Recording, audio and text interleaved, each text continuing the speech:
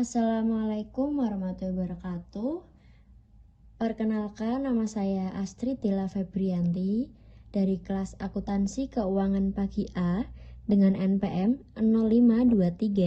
0523029691. Pada video kali ini saya akan menjelaskan materi tentang pendapatan.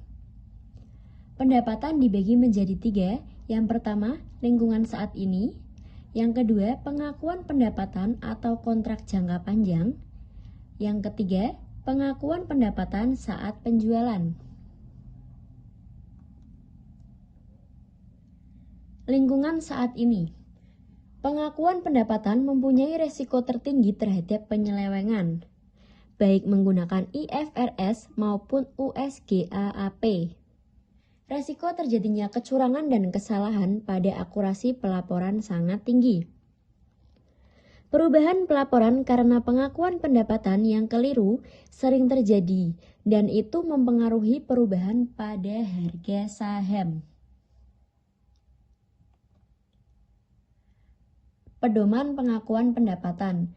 Pendapatan diakui 1.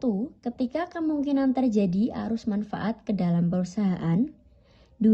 Pada saat manfaat tersebut bisa diukur. Dasar selain saat penjualan. Pendapatan dapat diakui lebih cepat atau mendahului penjualan jika tingkat kepastiannya tinggi. Pengakuan bisa ditunda jika 1. Tingkat ketidakpastian pendapatan dan kosnya tinggi. Dan yang kedua, penjualan tidak mencerminkan berakhirnya proses penerimaan.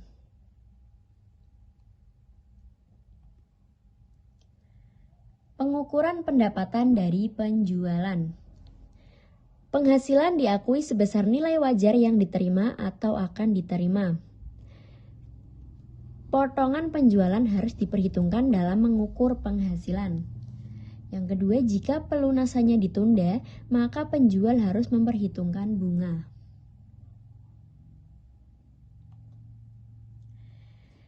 Jika transaksi penjualan dengan menggunakan angsuran, nilai wajar dihitung dengan mempresent value-kan dengan menggunakan bunga efektif. Bunga efektif bisa ditentukan dengan melihat mana yang lebih jelas antara 1. Bunga yang setara dari instrumen keuangan yang dikeluarkan atau tarif bunga yang mempresent value-kan nilai nominal menjadi nilai wajar barang yang ditransaksikan pada saat transaksi.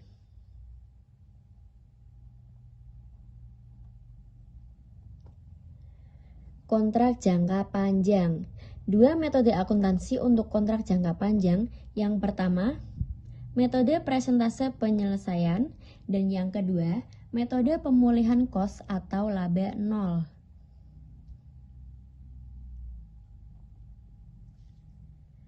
Kemudian ada alasan penggunaan metode presentase penyelesaian.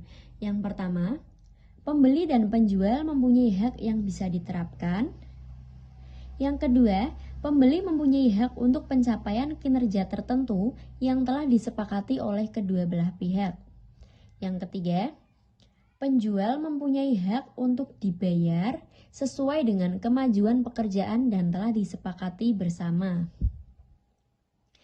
Dengan demikian, penghasilan bisa diakui selama berjalannya kontrak sesuai dengan kemajuan pekerjaan.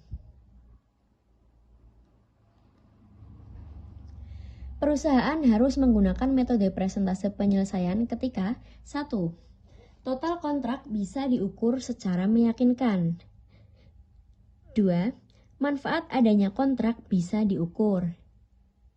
Yang ketiga, biaya yang telah dikeluarkan dan presentase penyelesaiannya pada setiap akhir periode secara meyakinkan. Yang keempat, pengeluaran sesungguhnya yang berhubungan dengan kontrak jangka panjang dapat diukur, sehingga dapat dibandingkan estimasi total cost-nya.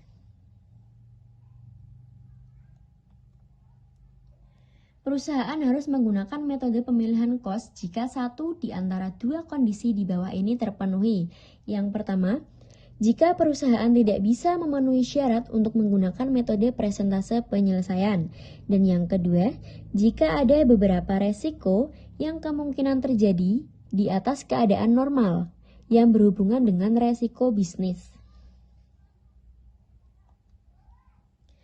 Kemudian, metode presentase penyelesaian perhitungan pendapatan yang diakui. Di sini ada rumus presentase penyelesaian sama dengan biaya yang telah dikeluarkan saat ini dibagi dengan estimasi terbaru total biaya. Kemudian, pendapatan atau laba kotor yang diakui hingga saat ini sama dengan estimasi total pendapatan atau laba kotor dikali dengan presentase penyelesaian. Dan yang terakhir ada rumus pendapatan laba kotor periode berjalan sama dengan pendapatan laba kotor periode yang diakui hingga saat ini dikurangi dengan pendapatan laba kotor yang telah diakui di periode sebelumnya.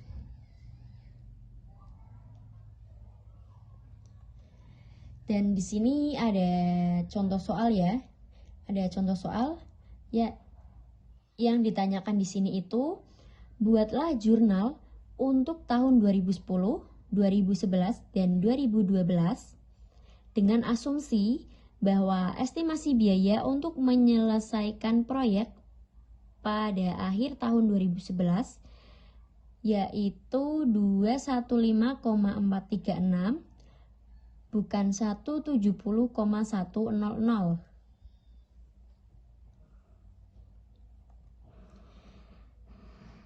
Dan ini untuk penyelesaian atau pembahasannya.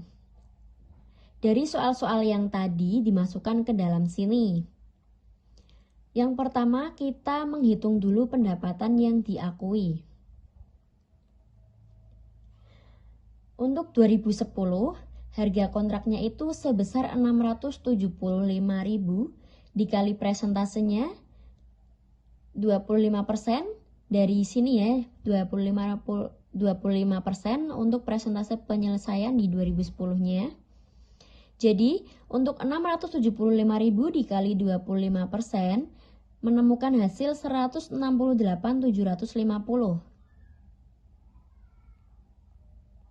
Dan untuk 2011, harga kontraknya sama sebesar 675.000 dikali presentase penyelesaiannya untuk 2011 sebesar 67% dari sini. Jadi 675.000 dikali 67% menemukan hasil 452.250. Terus dikurangi pendapatan yang diakui pada tahun 2010 sebesar 168.750. Dari sini ya, ini yang 2010. Jadi pendapatan yang diakui pada tahun 2011 sebesar 283.500.